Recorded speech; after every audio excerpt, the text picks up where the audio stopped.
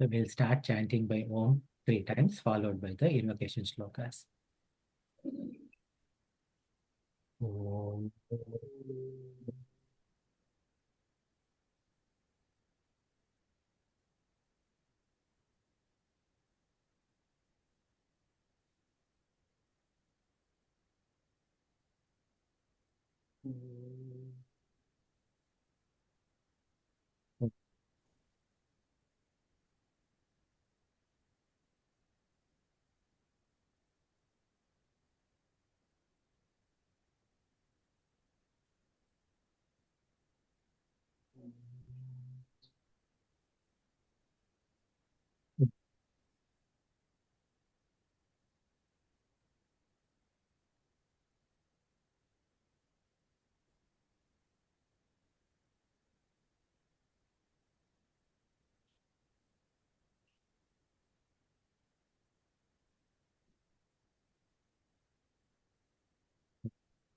Sahana Bhavatu, Sahana Bhunaktu, Sahaviryam Karavavahai, Tejasvinavadhitamastu ma vidvishavahai.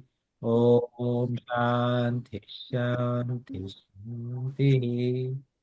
समस्तजनकल्याणे निरतं करुणामयं Namami देवं सद्गुरुं ब्रह्मविद्वरं सद्गुरुं ब्रह्मविद्वरम्. Welcome back. We are covering chapter 2 of Gita. In there, what we saw was the Arjuna wanted to know what are the qualities of Sthita Prajna. When that question was asked, he wants to know more about Sthita Prajna. Talking about what Bhagavan first explained as part of a description, he initially talked about why would someone lose their prajna. Prajna meaning their uh, intellect or intelligence is because whenever they see some vishayas meaning the uh, objects of the world, and once they start thinking about it, that thought binds them, and then that thought becomes desire. Desire would lead to uh, uh, wanting it so badly, and if it is achieved, it is greed. Otherwise, it is anger. And from anger comes delusion. From delusion comes memory loss. From there, the entire intellect is gone. This is with respect to attaining spiritual growth. But he also gave a ladder of success where if someone is able to get rid of their raga and dvesha, and uh, while they are walking through the vishayas, meaning walking through the vishayendriyas, meaning when basically anything that I see in and around the world around me are vishayendriyas. Vishayendriyas means the subject of some indriya. So that means that if there is a TV, that is a subject of my eyes to grasp the form. If I'm listening to something or if I'm hearing some people talk, it is a vishya for my ears, like that. So anything and everything around me are the food for my five sense organs. Now, if I have particular likes or dislikes, what happens is that as soon as I hear something that I like, right, whether it is a good song or whether it is a gossip about somebody, I get attached to it. But and then from there, the ladder of fall will take place. But on the other hand, if I am able to drop off my likes and dislikes, then what happens is that there's a quietude comes in. And with that quietude, because there are no likes or dislikes, there is no such thing as pleasure or pain either. And all the sorrows are vanished. And from there, the buddhi, the intellect, is holding on to the Lord, and he is going to reach out to, I mean, like he would be able to attain moksha right within this lifetime. On the other hand, if our buddhi is not yukta means united with the supreme reality, then what happens is that there is never a feeling of, oh, I am that Bhagwan, I am united with Bhagwan. That kind of a thought is not there. When it is not there, what happens is there is going to be agitation. Why there is going to be agitation? When you know that you are attached to the higher supreme and you are that higher supreme in reality, there is no agitation in the mind. But whenever there is a limitedness is there, there is an agitation, and when there is agitation, then we are bound to, based on that agitation, to calm that mind, to quieten that agitation. We want to get something, gain something, to fulfill something, and we get onto the work, and then we will never find happiness, peace at all. So, in the last shloka that we covered, which is 67th verse, we said, Indriyana hi charatam yan manon vidhiyate tatasya harati prajna vayur navam vabhasi. So the mind, which is following the senses, it will go out along with the senses and it will fall down. Okay? Just like a boat, a small boat in seas, when there is a wind blowing from different directions, then what happens is that because of that wind, that boat will capsize. So in the same way, the mind also will capsize if it is not controlling the indriyas. Therefore, what do we need to do? That part is what is being covered in the next shloka. That is, he said, Tasmat Yasya Mahabaho Nigruhitani Sarvashah Indriyani Indraardhyabhya Tasya Prajna Pratishtita. So therefore, hey Arjuna, when the Indriyas are in the control of mind and mind is in the control of intellect, then what happens is that intellect is saying, focus on God. So Manas is also saying, okay, I will focus on God. Now Indriyas are trying to say, oh, look, there is something cool here. But mind said, no, no, no, no, I have to listen to my master's intellect. So you better listen to me. So in that way, when that hierarchy of Indriyas being controlled by the mind in turn is controlled by the intellect, then what happens is that the prajna is intellect. Here, in this context, intellect we are talking about is not any intelligence, but intelligence to stay within the realm of supreme and to focus our mind completely on supreme reality within us. So that prajna will settle in. So that's all we covered in our last session. So before we start, do you have any questions or comments? I just wanted to answer Shobhaji's question that she raised last time. I thought I had a little bit of some, maybe some insight into her question. Okay. Like you were telling her, what I wanted to say is that when we are born and we get going in life, we are given a certain identity as a person, right? You are Shobha, I am Chand, is Venkatji, and this is Hinaji. And so we identify with that part of our identity, right? And we transact our life with the outside world through that mechanism, right? Because that's true. Can I interrupt if I can? Can you remind what Shobhaji's question is? No, I think she was asking, the difference between that I am that person, and there was a distinction between me and Brahman. I think there was something she was more alluding to, that yes, I am me, but then there was this confusion between me and the Brahman. And I mean, there was a sense of separation, like I am separate then from the Brahman. Is that how you felt? I mean, Shobhaji, or am I making it a little more difficult or confusing?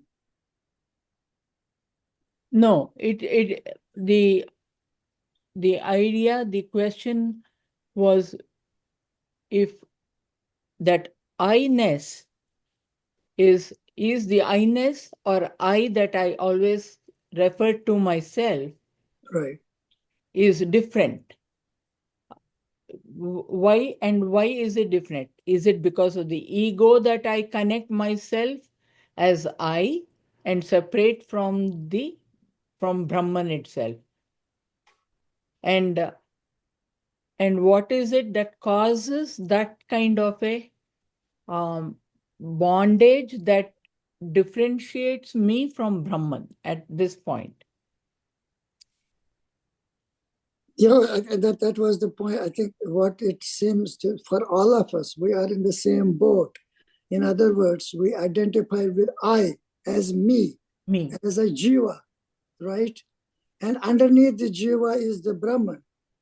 And that is what we are always kind of, because of the Maya attachment to the everything else, we forget the other part of I. Who am I really?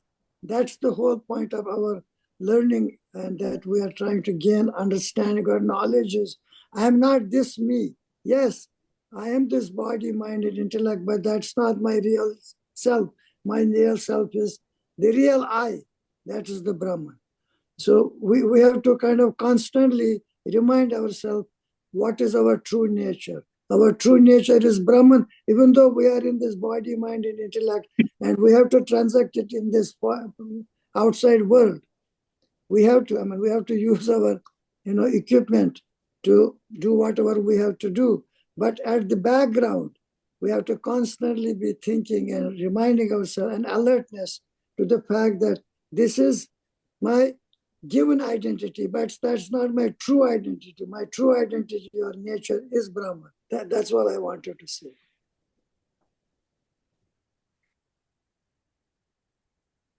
Thanks, Chanji.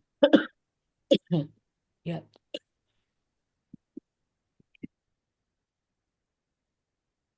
So Shobhaji, are you all set? Or no, not yet. You're on mute. I'm all right. I just, because of the cough, I muted myself. No, Oh, no. yeah. No. In terms of your question. Mm.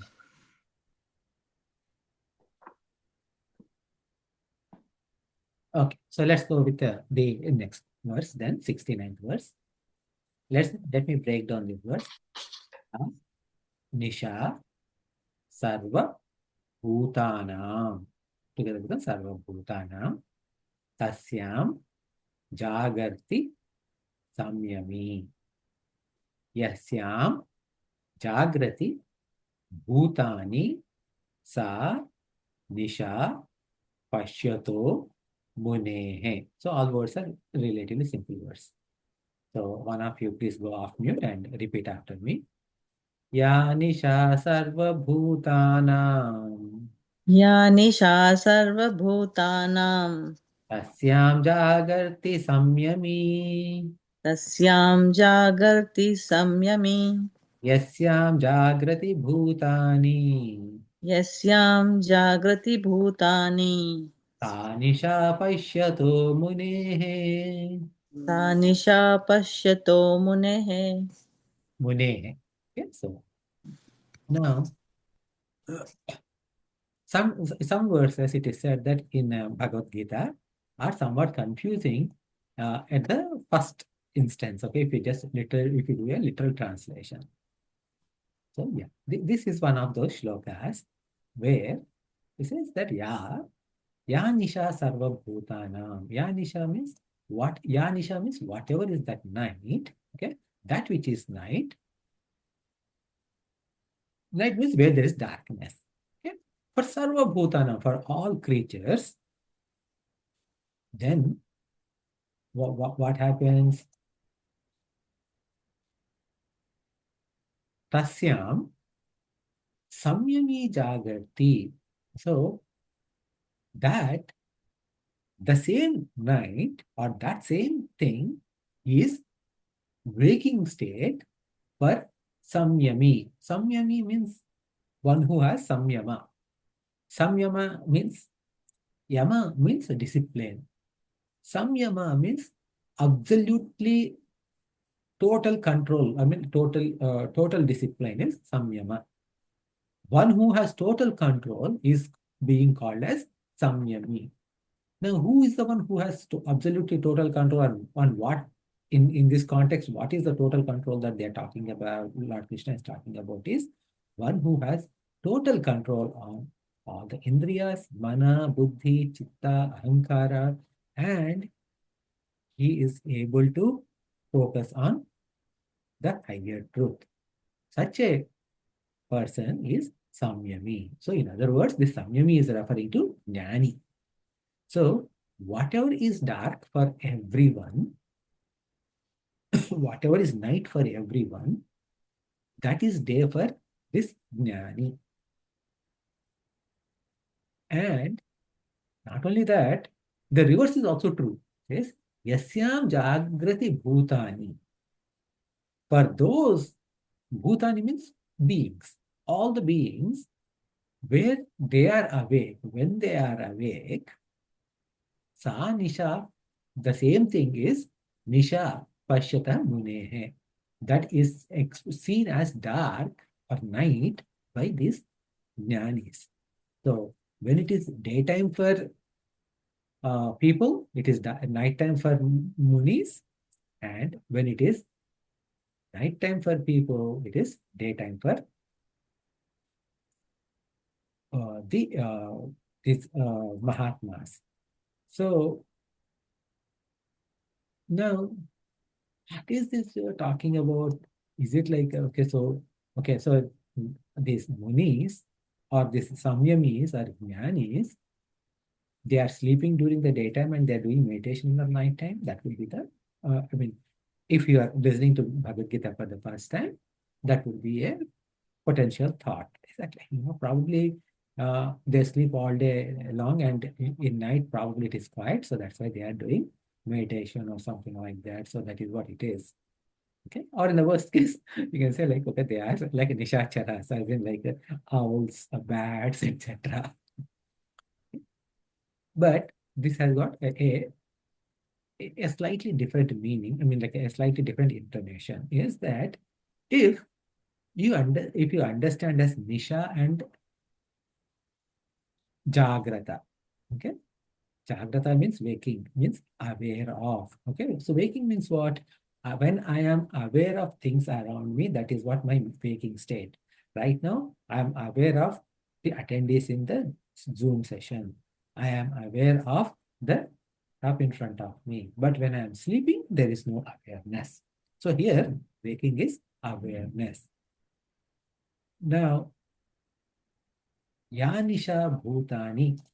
Okay, so now what happened? Nisha means dark.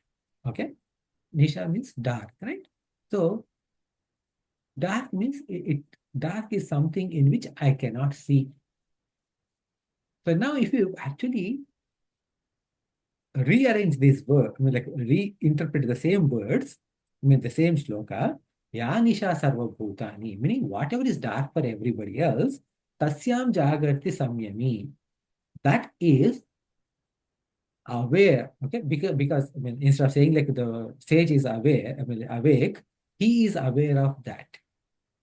And then yasyam jagrati bhutani, for which these bhutani, these people, I mean like people like us, laymen like us, which we are aware of, sa nisha pashyato munehe, that is not seen, or that is not, I mean, like these munis are not aware of that. Okay. So what is that we are aware of, and what is that we have darkness, and what is that they are aware of, what is that they are, for which they have darkness.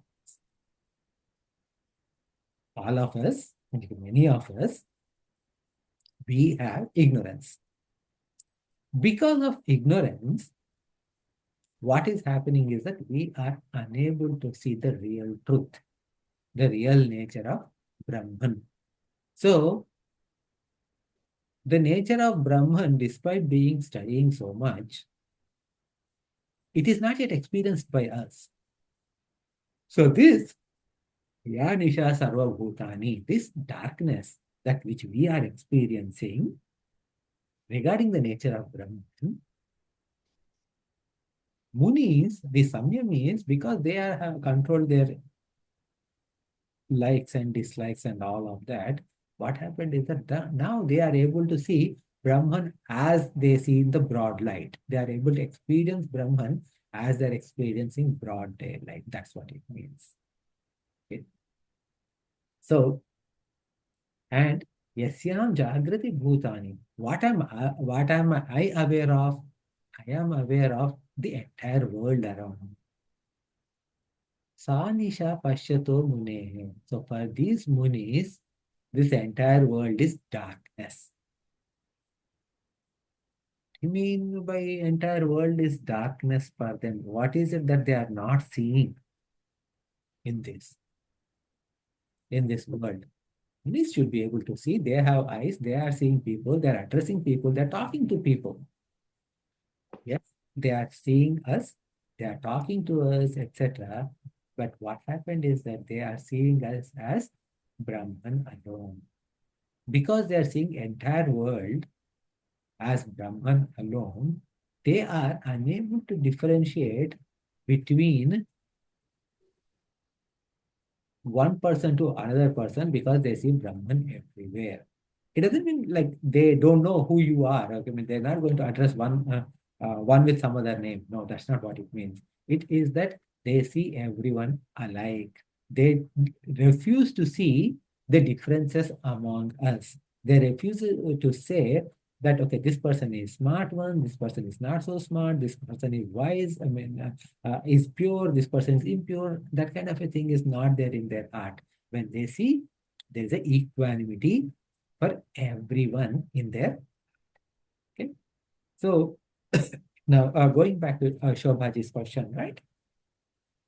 Why is it that I am unable to see my own true nature? Okay. When I say I am, who am I? Okay. So that means that anything that which is not me, I'm considering it as myself. For example, if someone asks me to move from this chair, I said, I will not move. Okay. Or I move, either of those. When that kind of a thing has happened, what exactly is that happened? Okay. There, I have identified myself with this physical body, right? If someone asks me to move, am I moving my mind somewhere or am I moving my physical body somewhere? Okay. So that means that at that time, my identification when someone asks me to move is with my physical body. Now, when I see something and I say, this is a well-ripe, I see a well-ripe mango. I am identifying myself with my eyes. So the power of eyes, right, where it is seeing a well-ripe mango, and I'm saying that I see a well-ripe mango. Meaning what? Like I have seen, not my eyes have seen. So that means that I am identifying myself with my senses. In this case, jnanendriyas. Similarly, when I say I cannot run very well, that means that I am identifying with my karmendriyas, my organs of action. When I can't breathe, I am identifying with my pranas. When I say I don't like something, that means that I am identifying with my raga dvesha, which is expressed as also probably with my mind also. I am unable to recall what happened. That means that I am identifying with my chitta. Okay. So I think this is the right course of action. When I say that, it means that I am identifying with my intellect. When I say, I think I had a lot of papa, that means that I am identifying with my papa punyas, which are part of my karana sharira. Okay?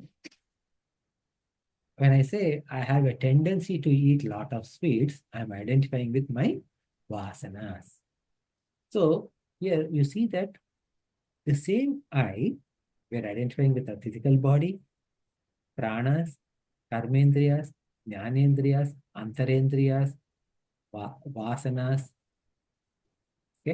papa punyas, etc. All of that are which are not us. Now, this is happening because of our avidya. Avidya means ignorance. Where is the ignorance? Ignorance, as we talked earlier also, can be removed through Shravana, ability to listen to what Shastras say.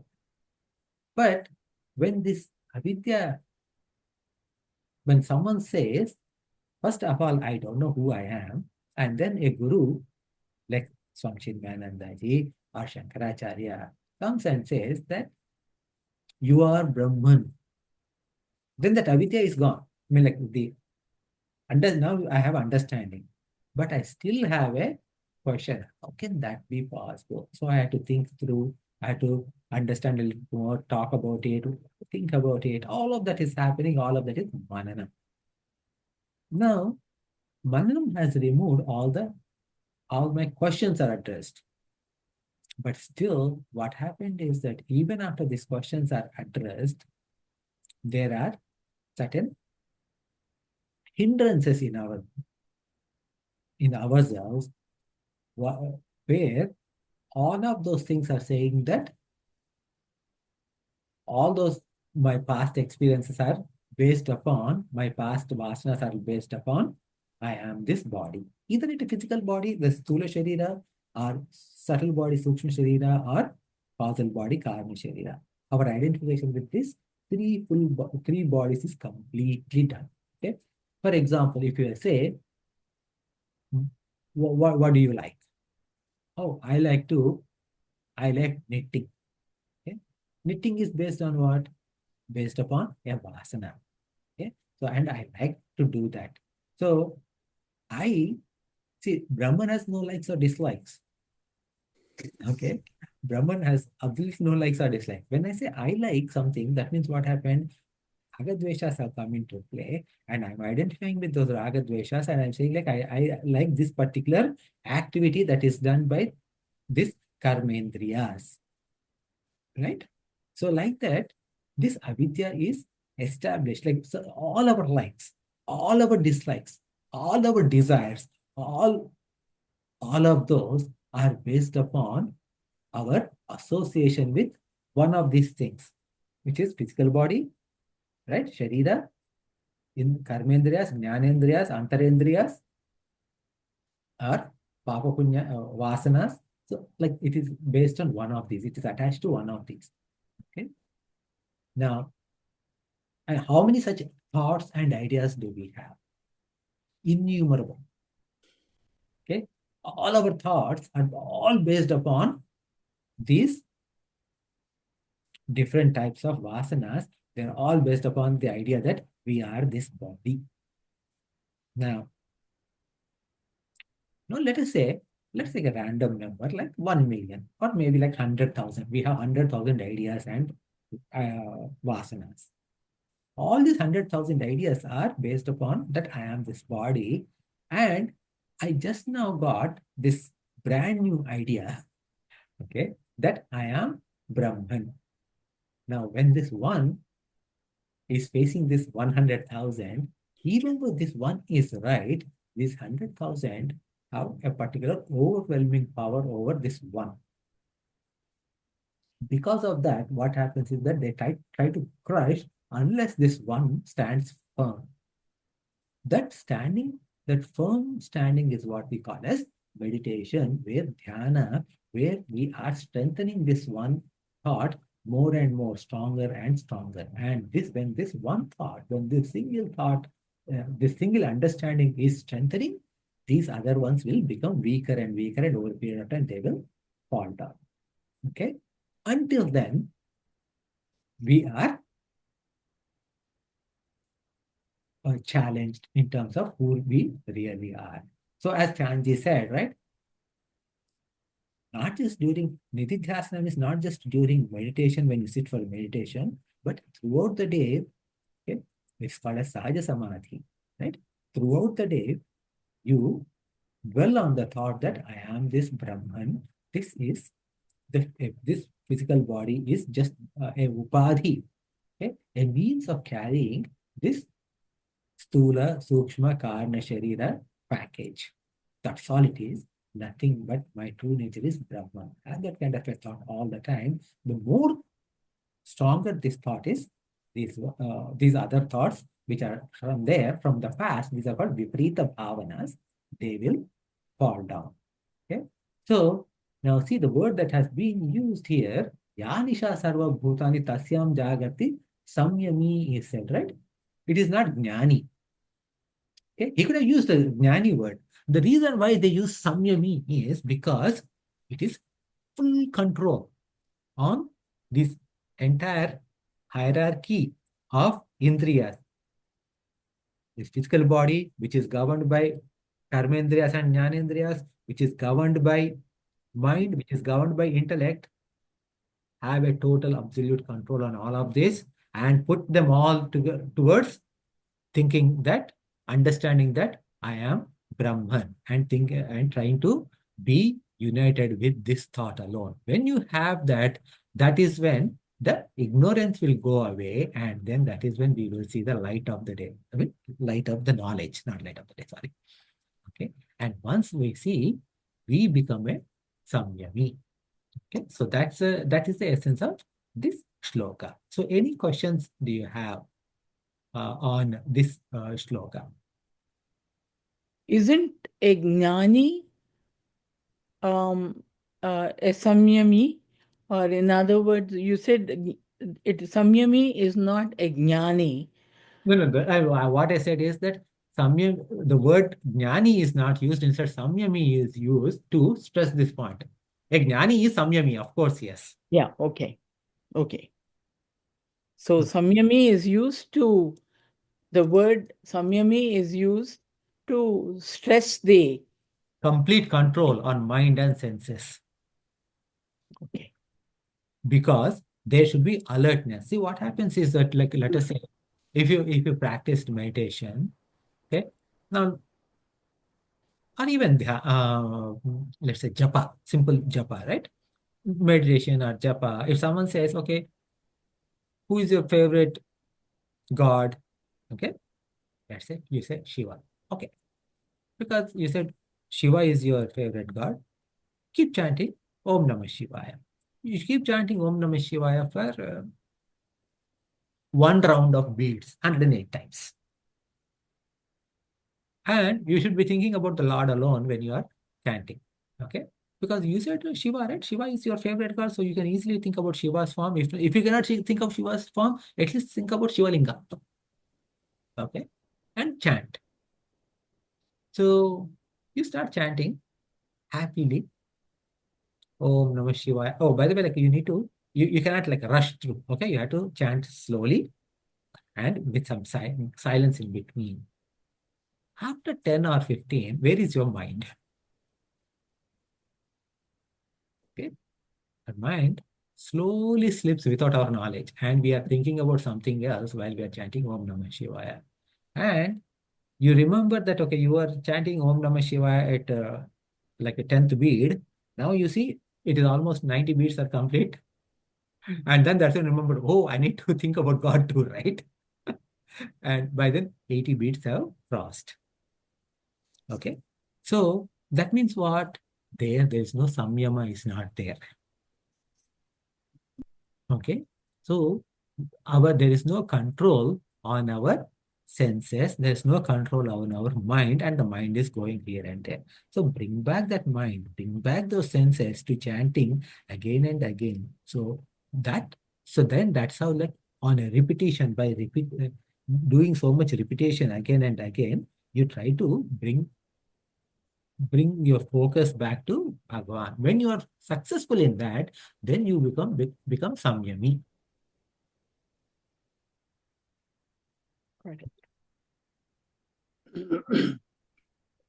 Yeah, I am reading Ramayana, and they were talking about when we are in Kali Yoga, the only best thing to do is to chant, because that is one of the simplest techniques to get you attached to the God.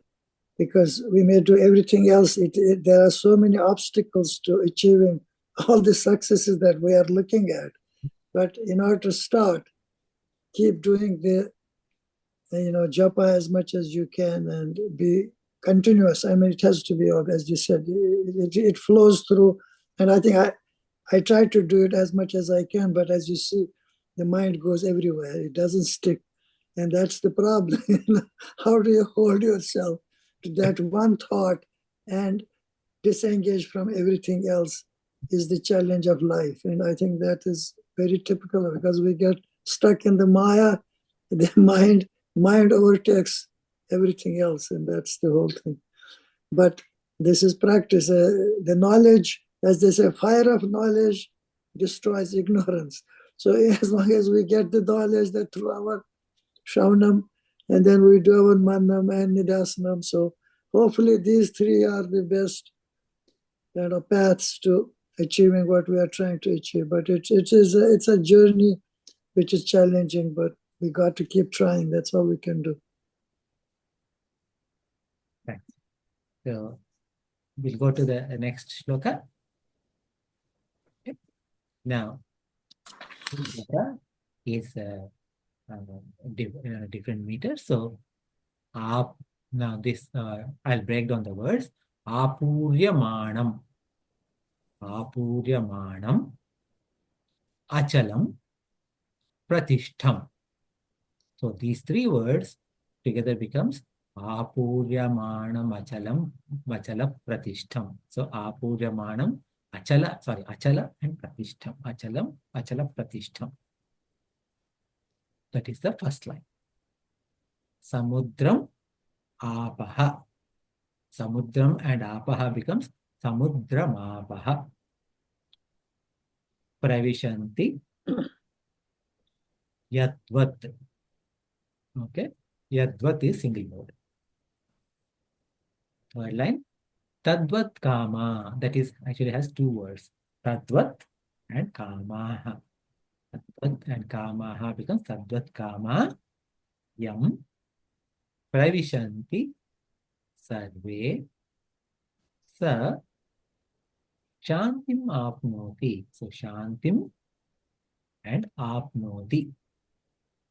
Okay, so shantim and apnoti together becomes shantim apnoti na kama kami. So kama and kami together becomes kama kami. It's not like male and female of kama. Okay, rather one who is desirous of desires is kama. Okay, so one of you please go off mute and repeat after me. Apuryamanam achala pratishtham. Go ahead, Shobha. Please. No, go ahead. Apuryamanam achalam pratishtham. Achala, there's no dot there. Oh. Apuryamanam achalam pratishtham. No? Apuryamanam achalam pratishtham. It is not lam, it is la. Achala pratishtham. There's no dot on lam. Apuryamanam achala pratishtham. Samudramapa pravishanti yadvat. Samudramapa pravishanti yadvat. Tadvat kamayam pravishanti sarve. Tadvat kamayam pravishanti sarve.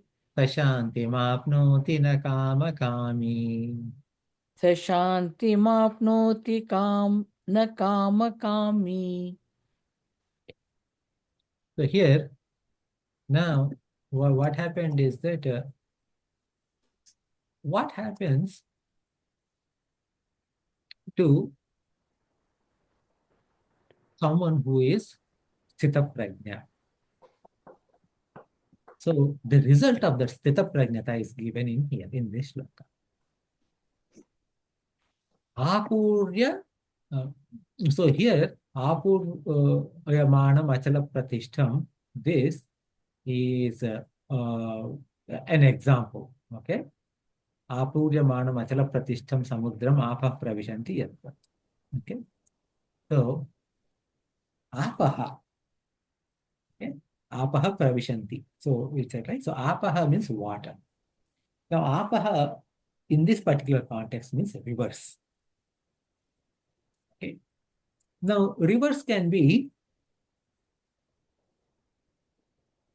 overflowing sometimes. They can be dry also sometimes.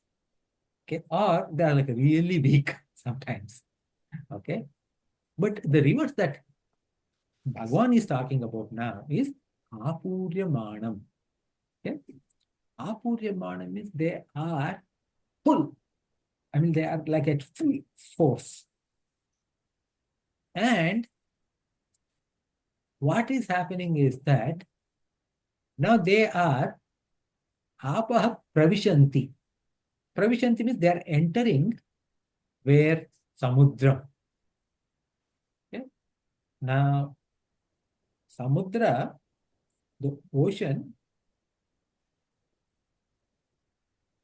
is filled with water by all the rivers at the same time continually.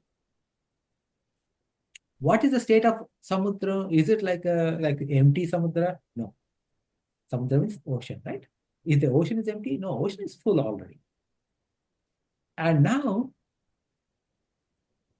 when this river is coming into ocean, is Samudra telling like, no, no, no, no, I'm full, please, I can't take it anymore. Please go away, go away. That kind of thing is not being said by ocean. Okay. Now, that is number one. Okay, so first point. When the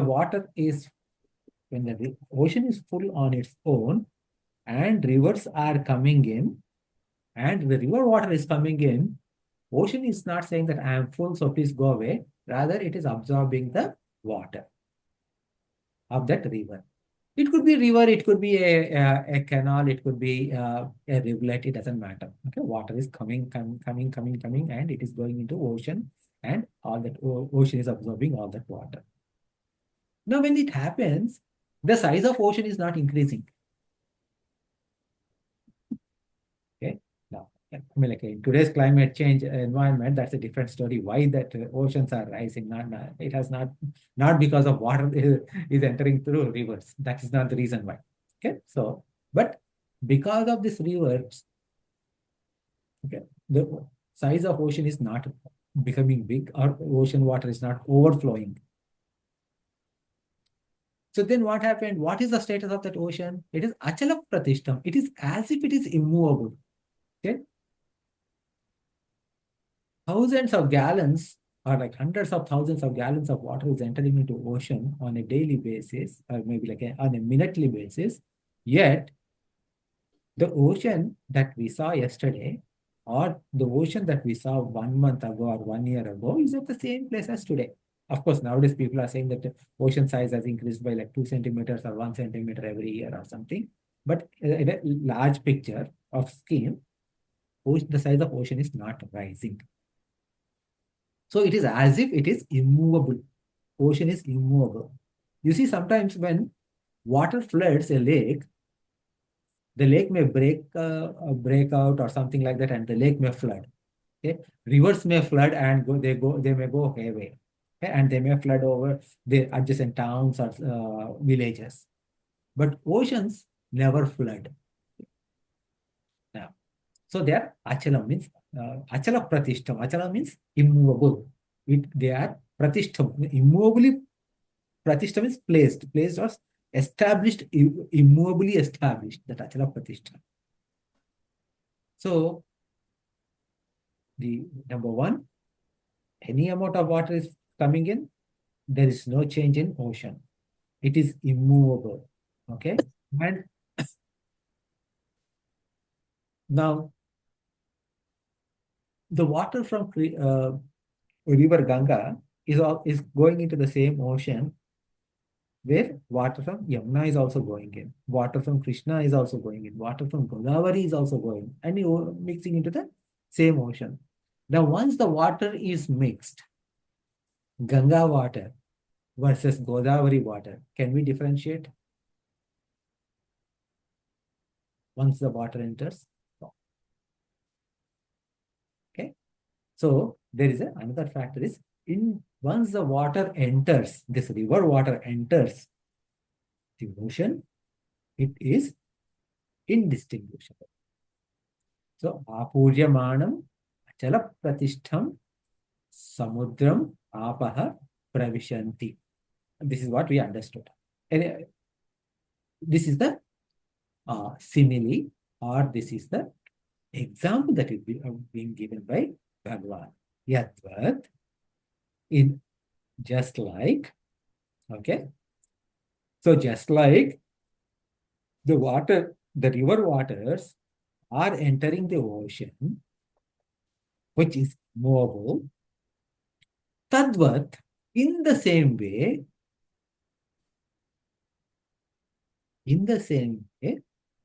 what happened?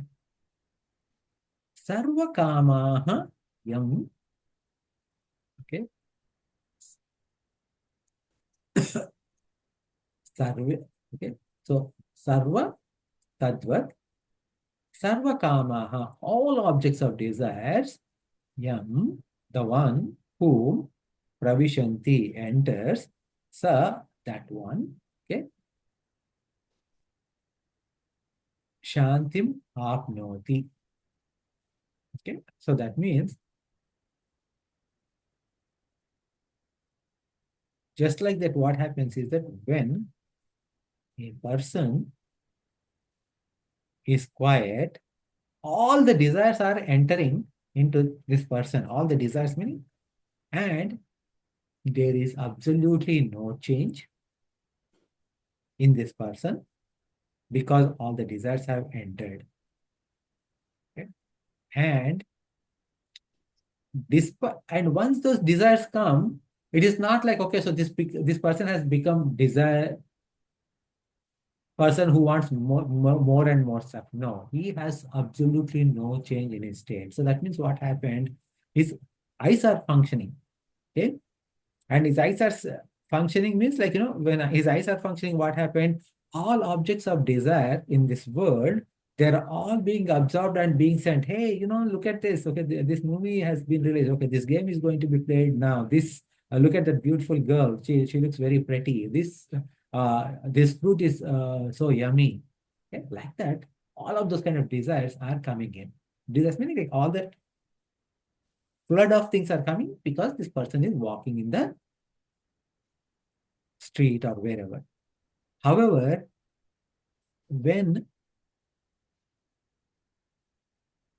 once they entered, just like the water from, I said, right, Godavari river is indistinguishable from Ganga river, right? All that is ocean river, ocean water alone. In the same way, all those desires, like all those vishayas, indriya vishayas, once they enter into him, they have no place and they merged with him and they have no impact on this person at all. Okay, so that means those waters, just like the waters entered and has no impact on the ocean, these objects of the world are being perceived through various jnanendriyas and it has no impact and they have no impact on this jnani. Okay, so what happens then?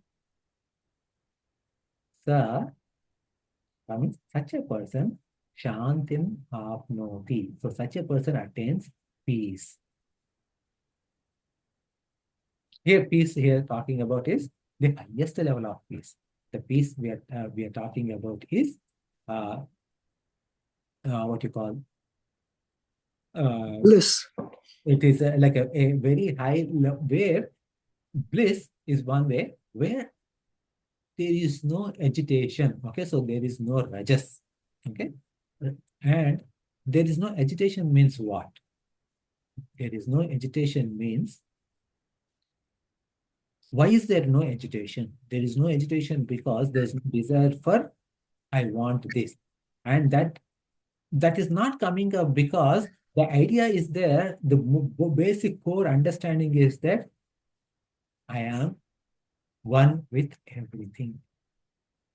When I am one with everything, so whatever comes, will it matter? Okay, whatever object I see, does it matter? Okay. If I see this pen, okay, I may say, I like this pen and I want this pen. Okay. Or I may say, like, I have seen better pen this, so I don't want this pen, but I want a better pen. Okay. Whichever, like, so some kind of a thought is there. Okay.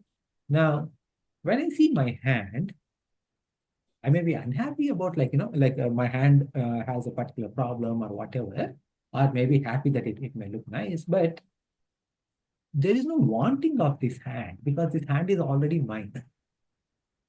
There's no like or dislike. Okay, it is me. Okay, that kind of understanding is there as a layman, okay, not as a jnani. Okay, but as a layman, what I'm thinking, well, this hand is mine. It is me anyway. So there's no such thing as I want this hand or I don't want this hand. Okay, whether it's my hand or my leg, which is because it's already part of me. Now, this just like that, this jnani, what is happening whenever he sees that, okay, everything is Bhagwan's only. Everything that I see in this world is Bhagwan's only. Everything is within the creation. The creation is done by, I mean, the creation is in Brahman. I am one with Brahman. Hence, everything is with me. So why do I need anything? I don't need anything specifically. Okay. Ishvara is going to take care of me anyway. Okay. All this long, he has taken care of me. He will continue to take care of me in any way that he thinks is right for me. So this kind of an attitude is there. Okay. So what happens is that Sashanti mapnoti. Sashanti mapnoti. Shanti is also means that where there is no agitation. Again, agitation is one reason is that there's a inadequacy is there. And then agitation is because of fear. When we say fear, what is the root cause of fear? Fear is, if you look at from the angle of fear is something like this. What do we have? We are afraid of two things. Well, we are afraid of so many things. Okay. But all those can be categorized into two. Category number one, I have something that I may lose.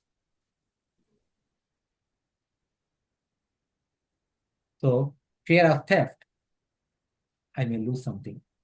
Okay. Fear of losing life, fear of death, I mean losing the life that I have. Like that, this all like, there's one category of fear. Second category of fear is, I want something and I'm worried that I may not get it. All the anxieties, etc., all belong to this category. Okay. I want my son's wedding to be performed very well. I don't know if it will happen or not. Okay. That is a fear. I want my daughter to study well. Is she going to study well or not? I don't know. Okay. So like that, any of these, right? So one is fear of losing what I already have or fear of not gaining what I want. So these are the two categories of fear. Clear? Now, for both these categories, there is a root problem is same. The root problem is there are two. I am there and something else is there. Okay. That something else could be Bhagwan, maybe something else, or the world is something else. It doesn't matter. There are two. As long as their duality is there, I may get something that I don't want, or I may lose something that I have. Okay. So as long as there's duality or plurality, there is fear. When there is fear, there is no Shanti. When there is Advaita state, is there. Advaita means non-dual state is there. Now look at this. The root cause, the causes of fear. Am I going to lose something? There's nobody else other than me. There's nothing else other than me. So what am I losing to? What am I going to lose to whom? Nothing. Am I not going to gain something? Other than me, there is nothing there. So what is there to gain? Nothing. So there is nothing to gain, nothing to lose in pure Advaita. Okay? When you have that Advaita state, when that state of Advaita is fully established in you, what happens is Abhayam. Okay? Abhayam will come. If you go to Venkateswamy temple or anything like that, usually Bhagavan will be like, one hand will be like this, right? Like a down. I'm unable to show it in within the video, but other one will be like this, right? What is this hands? This is Abhayam Mudra, right? I will give you. Abhayam means like, oh, there's no fear. Means what? He's protecting me. This is the typical understanding. He's protecting me from what? He's protecting me from a particular danger or a particular issue. No, no, no. He's protecting you from everything. That is what he's saying, that you will be one with me. So there is no difference between you and me. Okay? Once you understand this knowledge, there's no difference between you and me. You and I are one. There's nothing other than me. When that kind of a thing is there, that is when the Shanti will come. Until then, there is no Shanti. Even if there's a little bit of a doubt that there's a Dvaita, there's a duality or a plurality is there, then there is no Shanti. Taittiriya Upanishad says that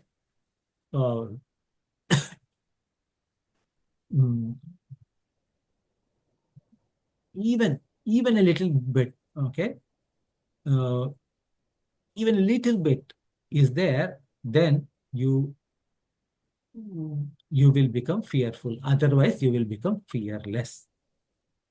Okay. So then what happens is that he will attain peace. And no matter what karmas, etc., enter into him, no matter what he is doing, there is no fear. Now, if you recall, a few verses ago, as in when Arjuna asked Sthita Prajna ka bhasha samadhistasya keshavah sthitadhi kim prabhashita kim asita prajeta kim. So when this question was asked in verse number 54, the first answer in the first shloka in which Bhagavan Krishna answers is Pradahadi yara kaman sarvan partha manogatan atmanyeva atmana tushta sthita prajna tadochyate. That's what he says, right? So then that's where he goes. And then actually like in 58 verse he says, Yada samharate chayam purnongani vasarvasha indriyani indriyadhebhya tasya prajna pratisthita, he says.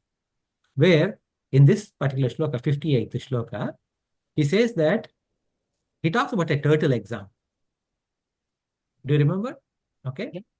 So what happened in the turtle example is that as soon as there is a Indriya Vishya is appearing, what is this person doing? He is withdrawing all the senses. When he withdraws all the senses, what happened? That danger went away.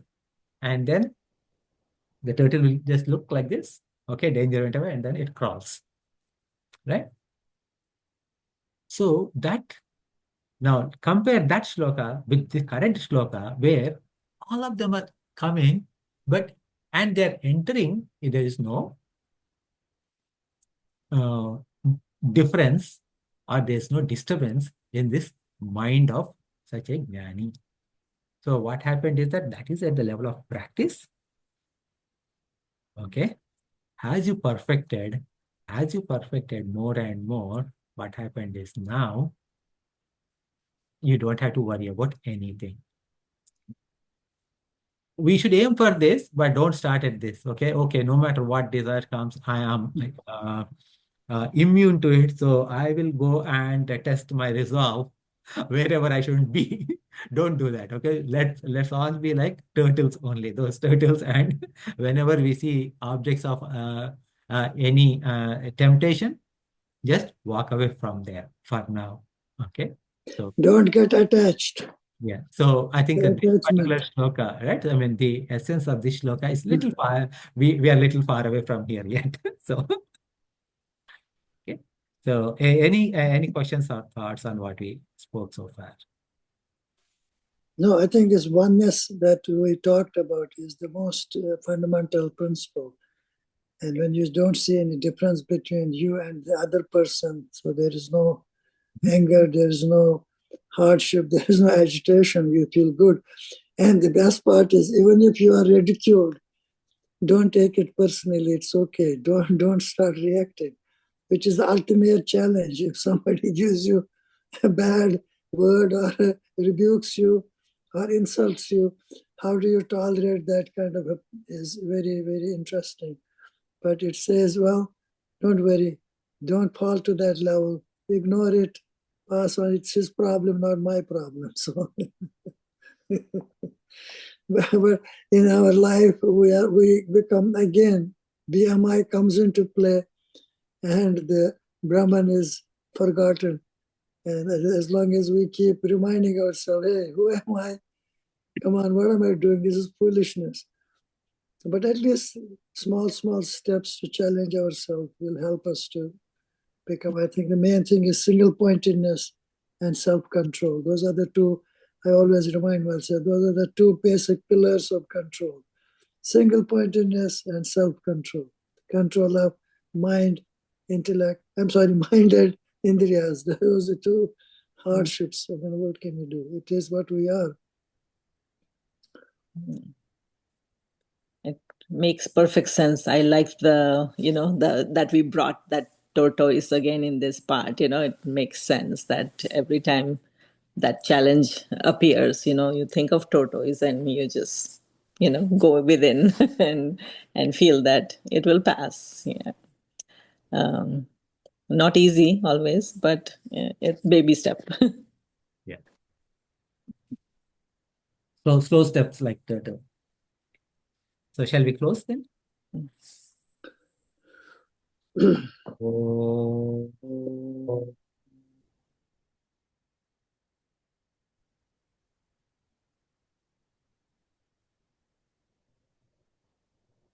नमतः पूर्णमिदं पूर्णात् पूर्णमुदच्यते पूर्णस्य पूर्णमादाय पूर्णमेवावशिष्यते ॐ शान्ति शान्ति शान्तिः हरिः ॐ श्रीगुरुभ्यो नमः हरिः